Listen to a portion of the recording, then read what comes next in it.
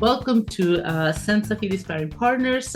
I'm Monica Paolini and your podcast host. And today we're going to talk about openness, open networks, open RAN, everything that has to do with openness. And I am honored to have as guest John Baker at Mavenir. So, John, we've known each other for a very long time. Yes. And at the beginning, the first project we worked together was on satellites and Wi-Fi. It's a completely Yep. different world, right? And so we've come a long way from there. Um, and so tell us who you are, and then we'll go with that. Yeah, thanks, Monica, and great to be with you. So, my name is John Baker. I'm the SVP of Business Development for Mavenir. I've been leading the Open RAN initiative for Mavenir for 8 years now. It's been a while, and I also sit on the board of the ORAN Policy Coalition, and probably for the last 9 months now, I've been having a co-chair position also in the ORAN Alliance, in terms of the industry engagement focus group for the ORAN Alliance. So, fingering a lot of the open pies, as they say, in terms of promoting openness in telecommunications infrastructure. Yeah, and you're all over the place. I mean, you're just like, you must spend a lot of time just sort of educating and spreading the word. At the beginning, I guess it was much more difficult. Now it's a little bit easier, or maybe not. I don't know. Yeah, it was, as I say, it's probably been almost 8 years we've been on this journey to really break open some of the closed interfaces in the 3GP network. But, I think it resonated and it grew in terms of momentum with, first of all, it was XRAN, then the ORAN Alliance, and then, the other groups such as the Policy Coalition stepping in to drive policy. But there was sort of a pent-up demand to really try and find a way to, for more companies to participate in the telecommunication space. And it was also driven by a number of operators that really wanted more choice. And then, coincidentally, I would say, we got into this whole trusted supplier issue of trusted and untrusted vendors, which so suddenly there was a political aspect to this whole open interface move. So suddenly, you got sort of three forces trying to drive the industry, and so there's as much education of policymakers and engineers and the operator segment about really what did openness mean in terms of the RAN. But we're also seeing that discussion now, across every element in the network essentially, as groups try and find ways to break apart the products and, even inside the products now in terms of open interface specs between elements of the actual product itself. So, I think it's fair to say openness has caught on. We did change the world eventually after 8 years, and momentum is there. And I think, as much as I see the comments from various people in the press and in LinkedIn on, oh, what's gone wrong with Open RAN, I think it's fair to say nothing has gone wrong with Open RAN. It's, just a normal day-by-day changes in the world and things taking a little bit longer to get there, but other influences in the marketplace as well. So I think, the industry is sort of well positioned and in fact, the Open RAN ecosystem, and I produce probably every month or so a chart on LinkedIn and containing all of the Open RAN ecosystem members, and I've just been updating it today to reissue, and the ecosystem's growing. People are not going away. I think we have 136 companies across 21 countries now participating in Open RAN and all the other aspects of what it means to be open. So and so far I haven't taken a single company off of that sheet in the last year. So that shows the staying power, if you like, of the industry. Yeah, actually, yeah, I think that like it's version over 20, yeah, more than 20 versions. And I remember the first one was just like one PowerPoint slide. It was like Yeah. not populated, but wasn't what it is. And I guess that, you realize that I think that what's interesting about that slide, which I recommend to everybody, just go on LinkedIn and look for John and you'll find it. I'm sure you'll Yeah. find it. And you're like, ooh, wow, that's thing. But it's interesting because when you look at it, you do realize how many moving parts are in there. Yeah. And so not only there's a lot of companies, which is true, but there's a lot of categories and a lot of, each company is part of the supply chain, the value chain, in a very different way. And so this is really when you don't, you just sort of go beyond the kind of the logos, and you just think about what all this means. It's not just having many of them. It is like, you think that all those companies have to work with each other in order to get something to work. Yep. And so this I think it's really interesting to kind of go through the mental exercise of what are the implications.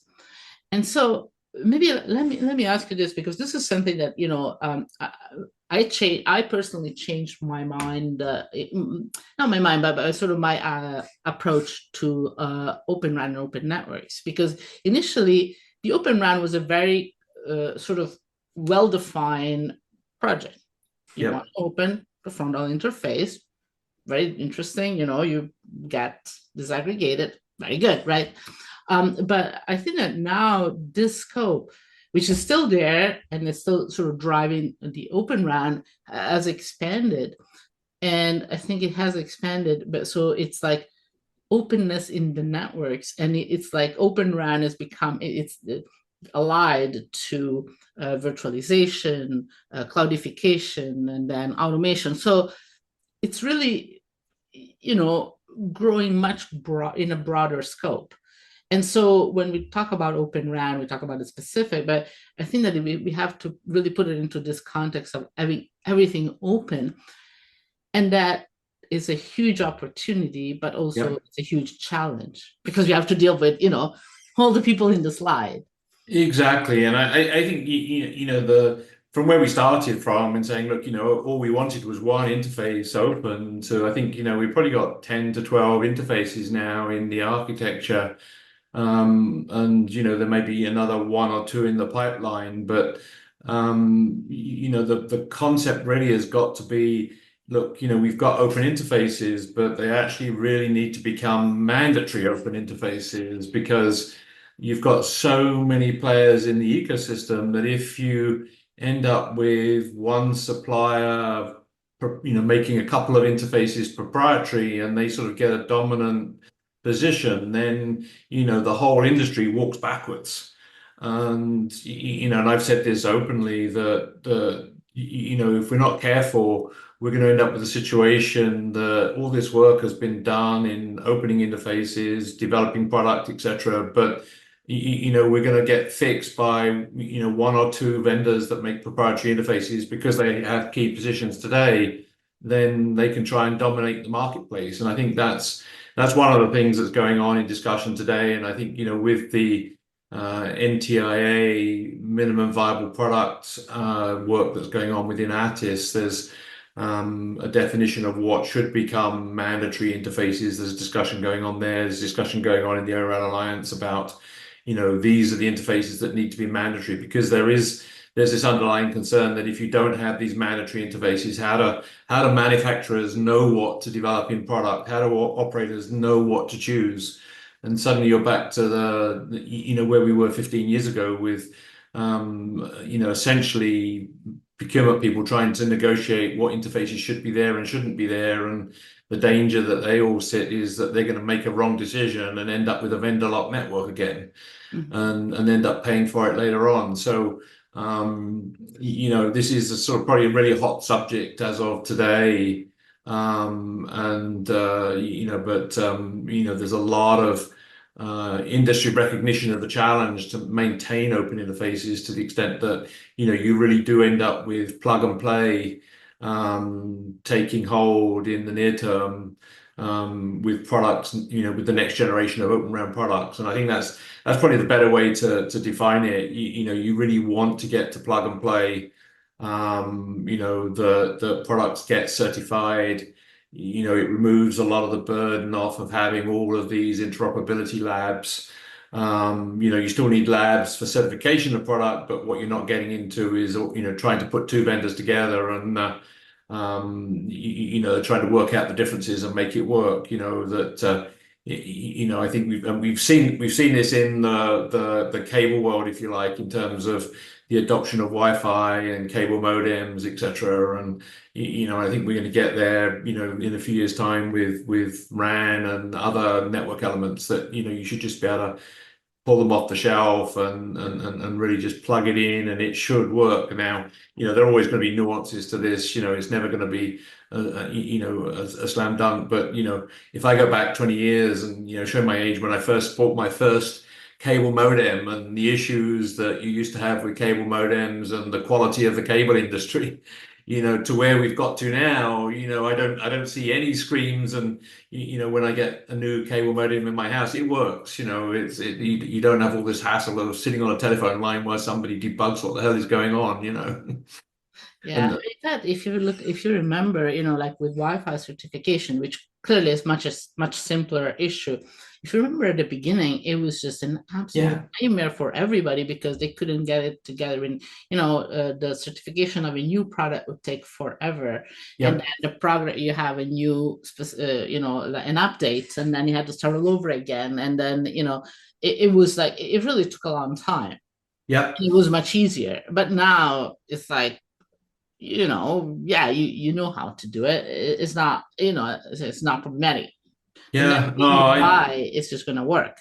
Yeah, I think the cable industry went through that pain. I Same think thing. I think the operators are going through that pain, and in terms of interoperability, and I think But let me go back to the concept of mandatory open interface because it's an open interface. So, even if you think about like 3GPP standards, they're not strictly speaking mandatory because you can be, anybody can use whatever. So who is going to enforce it? And how do you know? Because you might have an open interface, but it doesn't necessarily mean that everybody uses it in the same way. right. They might That's add something on top. And then Yeah, it's an open interface, but it's for all intents and purposes becomes proprietary. So yeah. how do we think about that? No, I think this is actually the real debate that's going on. If you have an architecture and you have a certain number of interfaces, really all of those interfaces need to be mandatory, and all of the protocols over those interfaces need to be as defined, because you're exactly right. As soon as somebody deviates from that, then the product is essentially proprietary. And I think that's where the testing and certification, if you like, of these products is then next, in terms of if you're going to deliver a product, say you're going to deliver a remote radio unit, it needs to be certified that it is to that interface and protocol.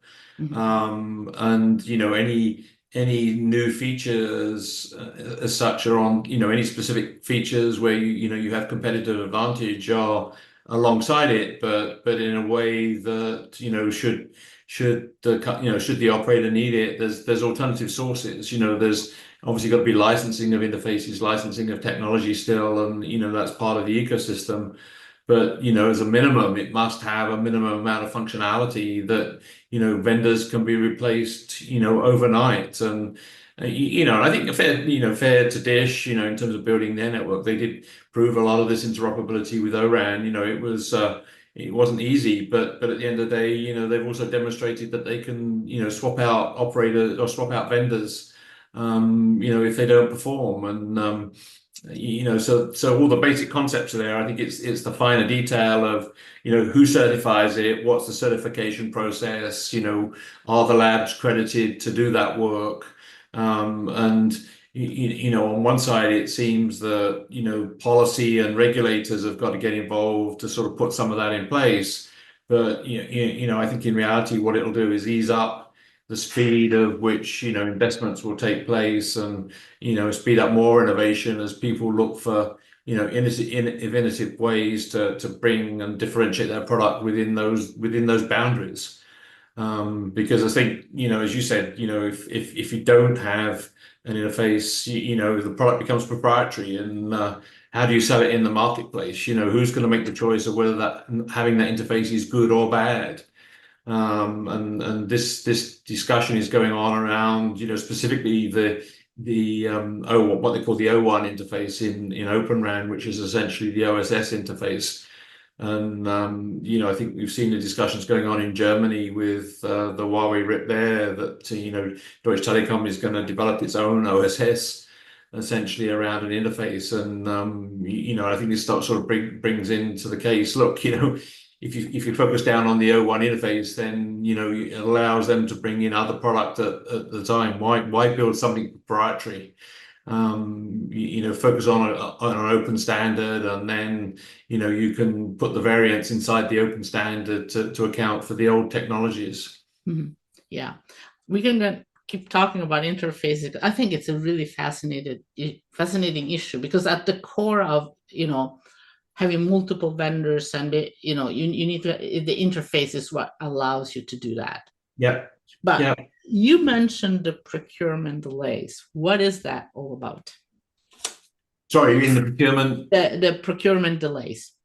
Yeah, so I think some of the delays that we're seeing in the industry today, in terms of revenue for suppliers, launch of 5G networks, etc., are already coming down for the fact that operators are taking a serious look at how they make sure they get open interfaces, open technology into their networks. And to that extent, we're seeing, very much if you like, a downturn in revenue in the marketplace. And it doesn't get talked about by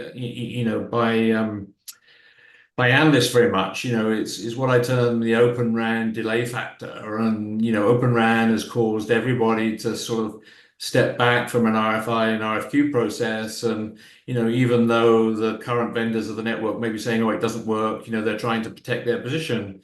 Operators are looking seriously at building open networks. And to that extent, because they're sitting on with all this negativity on one side, and you could argue all the positivity of Open RAN on the other side, that they really are looking hard to the benefits of moving away from closed networks. And that's obviously putting delay in the network. And personally, I think there's probably about a year or so delay in the procurement process now, in terms of operators moving to new vendors or implementing 5G standalone in the network. So, and I think that's, one could argue that the current incumbents have got themselves into a self-inflicted process of revenue decline because of their negativity and because of not wanting to join the club. They're there because they have to be there, but in reality, the incumbents will try and protect their business as long as they can possibly protect it. But the other side of it is now it's hurting them, because operators are having to teach themselves and be trained by the likes of Mavenir to really understand the technology. And obviously, as you commented earlier, I've been doing a lot of education in that sense of the word of, "Oh, hang on a minute, don't believe what somebody's telling you, because in reality this is the truth of the story." And and they really want to get to the bottom of what's right and what's wrong in this whole open interface discussion. So I think you see in the press every day the failure of Open RAN, or the market decline by a certain analyst. And you come back, you sort of tear your hair out and think, do I have a session on LinkedIn? But at the end of the day, the truth of the matter is that there's enough choice now from vendors in the marketplace that it is causing operators to really think seriously about what do they place their investment in next? Where can they go and invest next? And it's not good necessarily for a growing marketplace. But the other side of it is and coming back to my charts, there's 7 new system integrators, or 7 new companies that supply end-to-end systems on the macro network side. And I've just been updating the enterprise side as well. And I think there's 10 plus new enterprise Open RAN vendors sitting out there as well.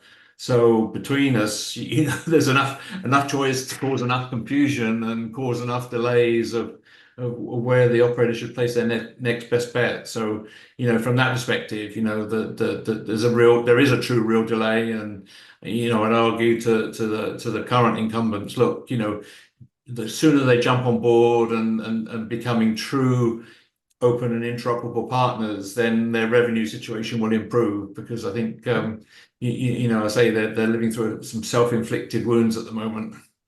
Well, I wouldn't say that. I mean, it's not like let's say that they'd done Open RAN 2 years ago, whatever. I wouldn't think that all of a sudden the revenues would explode, because that's No, no, a no. Yeah. different. So Yeah. to blame their revenue situation on either Open RAN or 5G seems misplaced. No, there's a mixture of Yeah, things in yeah, there, and it's a much but more I think complex. there is a big delay factor that doesn't Yes. necessarily get accounted for from this whole open interface issue. But the thing is that isn't that delay something that we could have expected? Because when I talk to people, I mean, my sense is that they realize that they go into it, they do their trial, and if it works fine, or whatever. Obviously there's a trial, so there's something you want to fix and improve. But I think that people realize that there is more of an opportunity and more work that needs to be done in order to get ready. So the fact that there is a technology that allows you to do it is just a prerequisite, but it's not sufficient. You need to get it done well. Yeah, So, and I would do it too. I mean, if I'm an operator, I want to make sure I have everything sorted out, figured out before I invest money. yeah, So it doesn't really surprise me, because we always think like, well, you have products. How is it that you don't sell them? I mean, well, because you need to put it all together, and the more people you have on your chart, the more work an operator can do, because even if they have a system integrator that takes care of things, it's still so many things to check that yeah. before you didn't have to Um, check, because it was, whatever vendor you had, it would just check them all. What? Yeah, I think, and obviously there's a lot of hope being put on, what Rick will do in networks. So, there's a lot of futures involved in this, and I think there's a case of, being careful not to overpromise again, because I think, that's the other side of this. This industry has suffered with a lot of overpromising for the last few years, which is, in terms of features and functionality, and Rick has a lot to offer, but there's still a long way to go in terms of implementation of some of this. So, it's gentle baby steps, but all of that is, if you're asking an operator something, mind map all of this, wherein, where for the last 5-10 years they've really given that to somebody else to do. It's a sort of a wake up call that they're sort of grappling with, and they are grappling with it. And I think it's fair to say, I think, every RFI, RFP that's sort of pretty much out there now has got Open RAN in it, or open interfaces in it in some way or other. Yeah, and I want to get back to that, but so I guess the issue is that we should be open in. Well, sorry, but from here, we should acknowledge the fact that it's a difficult process. There's a lot of things to do, so we Yeah, don't want to overpromise. But I think that the failure part. I mean, we've seen it with 5G, we've seen it with pretty much everything. Is that failure stories sell, and it's kind of sad to say, yeah, but if you tell people are still working on it, there is no news. But if you yeah, say the thing is falling apart, well, you'd get much more attention. And I think that a lot of the debate is sadly too much on this kind of really emotional, religious like kind of things. It's bad, it's good, and whatever. yeah, And it's like, instead yeah, of say what is good and what is bad, what is easy and what is hard. And I think we should just focus more on, let's talk about it. yeah. How many interfaces, how many, let's talk about what's the best way to move forward, rather than is it failing, and just keep asking this question every 5 minutes. If we're not going to go Yeah, anywhere. and clearly, the incumbents are trying to protect their marketplace, and they've got deeper pockets than a lot of the companies that are now participating, and so there's that side of it. But the other side of it is, I come back to the original point. If everybody would just get on board now, it is happening. solve the technical problems, and then they've got enough strength to innovate out of it, if you like. So a lot's going to come out about the innovation of product, the cost reduction of product, and you see this in the cable modem space, in the Wi-Fi space. There's absolutely no reason why we don't see it in the mobile network space. Yeah. And that's the opportunity sitting there for everybody. The longer certain companies procrastinate, if you like, about is it going to happen, is it not going to happen, other new companies are going to come along and beat, take their lunch, for instance, and that's really what's going on. Every Open RAN deal out there is essentially loss of market share for one of these others. Now, when I see these predictions about, the size of the market and how the markets are in decline, in reality, if you start off with the fundamentals, you say, look, okay, well, all these Open RAN vendors aggregated together are essentially, their target goal is to get 20 to 30% of the total share of the market. There's still a huge market out there for others to stay within if they really want to stay there. I think, the question mark is, are open networks going to be 20% of the market share, or are they going to be 100% of the market share? That's the question. Okay, so let's spend the last couple of minutes on that because we already had this discussion, and so there, my view is that I don't do market forecasts anymore, but I used to, and I'm really a little bit troubled by the how do you even define in the market forecast what is the Open RAN Yep.